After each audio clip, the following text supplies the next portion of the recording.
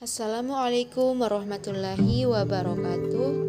Perkenalkan, kami dari kelompok pertama yang beranggotakan Haslindawati, Musfira Syarif, Hasanah, Nur Atika Sari. Saya atas nama Haslindawati dari kelompok 1 membahas tentang perangkat desa.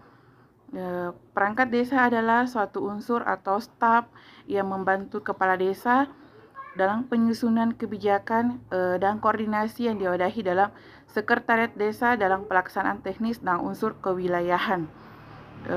Yang termasuk perangkat desa di sini yaitu sekretaris desa,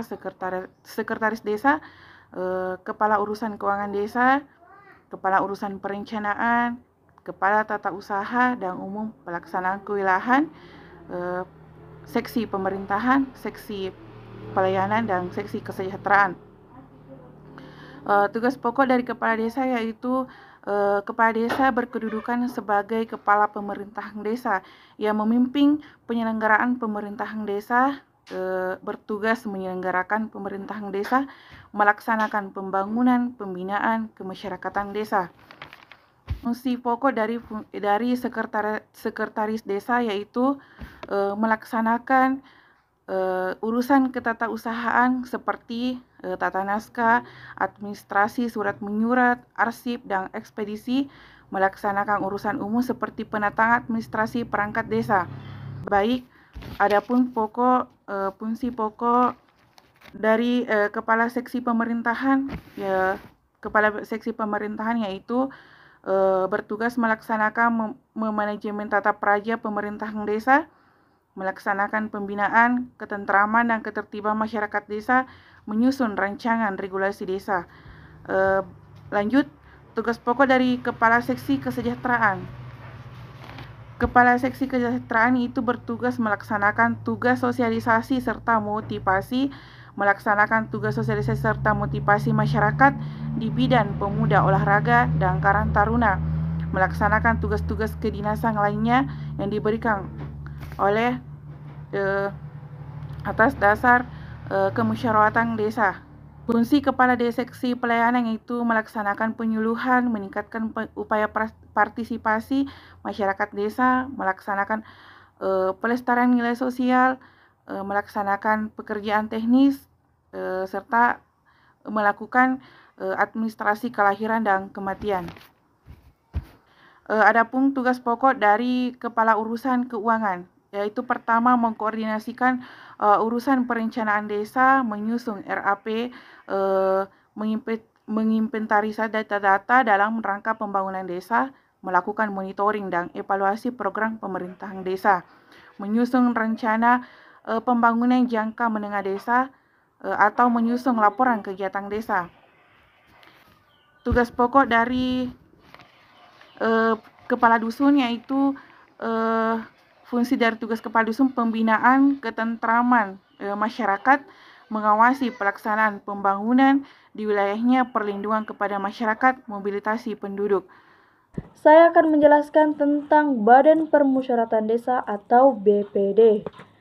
Salah satu lembaga yang merupakan perwujudan demokrasi dalam penyelenggaraan pemerintah desa adalah BPD atau Badan Permusyawaratan Desa. BPD juga bisa dibilang sebagai badan parlemen desa. Anggota BPD merupakan perwakilan dari penduduk desa yang bersangkutan berdasarkan keterwakilan wilayah yang ditetapkan secara musyawarah dan mufakat. Keberadaan Badan Permusyawaratan Desa dalam struktur organisasi pemerintah desa sekarang ini menempati posisi yang sangat penting. Sebagai lembaga permusyawaratan di tingkat desa, tapi sebenarnya apa saja tugas dan fungsi desa? Fungsi para anggota BPD yang terhormat itu sehingga menjadi begitu penting bagi warga desa. Secara yuridis, tugas Badan Permusyawaratan Desa mengacu kepada regulasi desa, yakni Undang-Undang Nomor 6 Tahun 2014 tentang Desa dan Peraturan Pemerintah Dalam Negeri Nomor 110 Tahun 2016 tentang Badan Permusyawaratan Desa. Adapun fungsi Badan Permusyawaratan Desa yang tercantum dalam Permendagri Nomor 110 Tahun 2016 disebutkan bahwa BPD mempunyai fungsi membahas dan menyepakati rancangan peraturan desa bersama kepala desa, menampung dan menyalurkan aspirasi masyarakat desa, dan melakukan pengawasan kinerja kepala desa. BPD juga menampung dan menyalurkan aspirasi dari warga desa. Adapun tujuan pembentukan BPD yaitu memberikan pedoman bagi anggota masyarakat bagaimana mereka bertingkah laku atau bersikap sesuai dengan kedudukannya dalam menghadapi masalah dalam masyarakat yang berhubungan dengan kebutuhan masyarakat, menjaga masyarakat agar tetap utuh, memberikan pedoman bagi masyarakat untuk membentuk sistem pengadilan sosial seperti sistem pengawasan masyarakat terhadap tingkah laku anggotanya.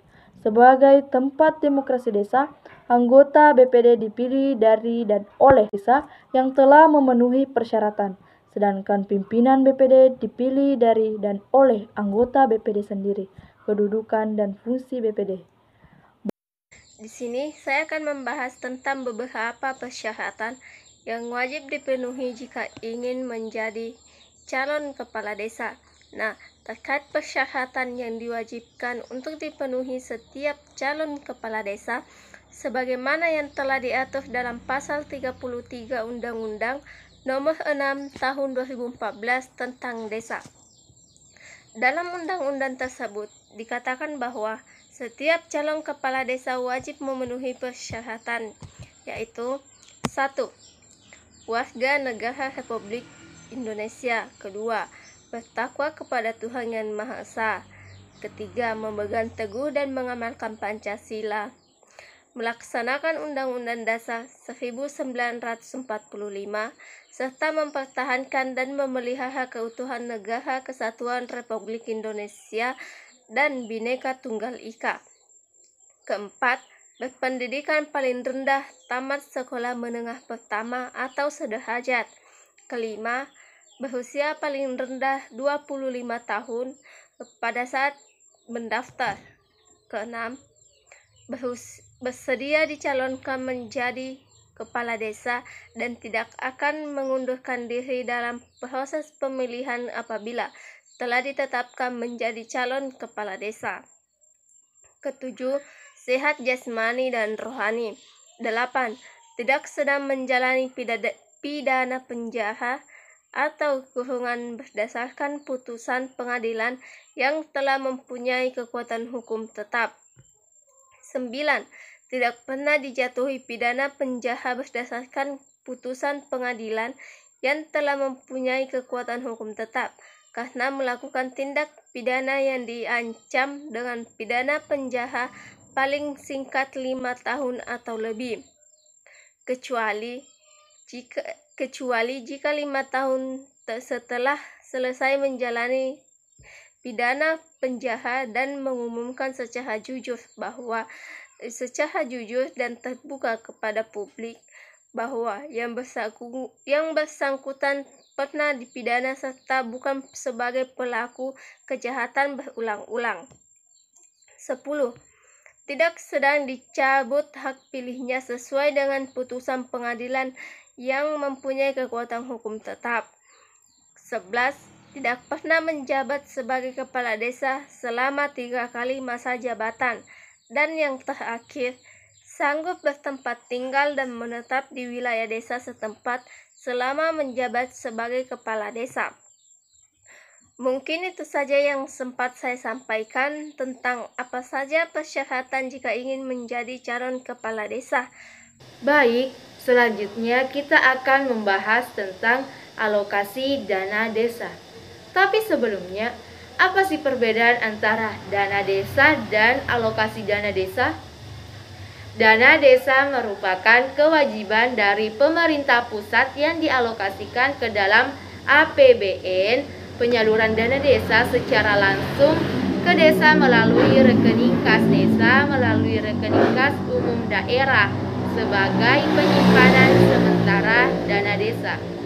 Sedangkan alokasi dana desa merupakan kewajiban pemerintah kabupaten kota untuk mengalokasikannya ke dalam APBD melalui dana perimbangan setelah dikurangi dana alokasi khusus untuk kemudian disalurkan ke rekening kas desa. Nah, lalu apa sih tujuan dari alokasi dana desa? Yang pertama yakni meningkatkan penyelenggaraan pemerintah desa dalam melaksanakan pelayanan pemerintahan, pembangunan, dan kemasyarakatan sesuai kewenangannya. Yang kedua, meningkatkan kemampuan lembaga kemasyarakatan di desa dalam perencanaan, pelaksanaan, dan pengendalian pembangunan secara partisipatif sesuai dengan potensi desa. Yang ketiga, meningkatkan pemerataan pendapatan, kesempatan bekerja, dan kesempatan berusaha bagi masyarakat desa. Dan yang terakhir, mendorong peningkatan swadaya gotong royong masyarakat desa. Baik, selanjutnya yaitu penggunaan alokasi dana desa.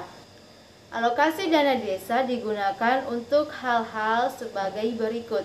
Yang pertama, alokasi dana desa yang digunakan untuk penyelenggaraan pemerintah desa sebesar 30% dari jumlah penerima alokasi dana desa. Yang kedua, alokasi dana desa yang digunakan untuk pemberdayaan masyarakat desa sebesar 70%. Dan yang ketiga, alokasi dana desa diarahkan untuk membiayai hal sebagai berikut. Dalam penyelenggaraan pemerintahan desa, ADD atau alokasi dana desa digunakan untuk membiayai prioritas seperti yang pertama, peningkatan sumber daya manusia kepala desa dan perangkat desa meliputi pendidikan, pelatihan, pembekalan, dan studi banding. Yang kedua, biaya operasional tim pelaksana bidang pemerintahan. Yang ketiga, biaya tunjangan kepala desa, perangkat desa, tunjangan BPD, honor ketua RT dan RW, serta kelembagaan RT dan RW. Yang keempat, biaya perawatan dan lingkungan kantor kepala desa.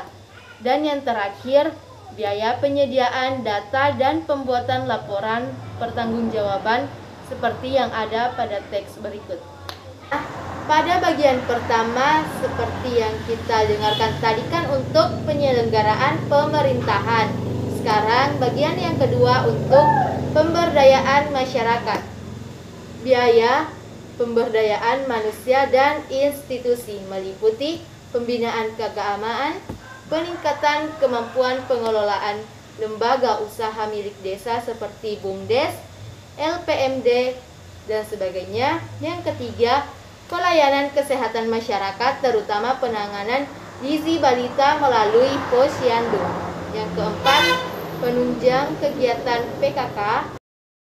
Baik, selanjutnya yakni biaya pemberdayaan lingkungan.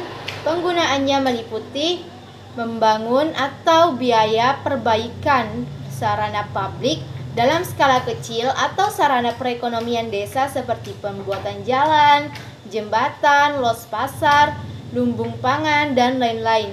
Dan yang kedua yakni untuk penghijauan tanaman hortikultura. Selanjutnya yakni biaya pemberdayaan usaha atau ekonomi. Penggunaannya meliputi pengembangan lembaga simpan pinjam melalui modal usaha dalam bentuk BUMDes, LKPMD, dan lembaga lainnya. Yang kedua yakni pengembangan usaha mikro dan usaha kecil masyarakat. Dan yang terakhir untuk biaya pengadaan pangan. Baik, pada bagian belakang saya ini terdapat contoh dari ADD atau alokasi dana desa di desa saya.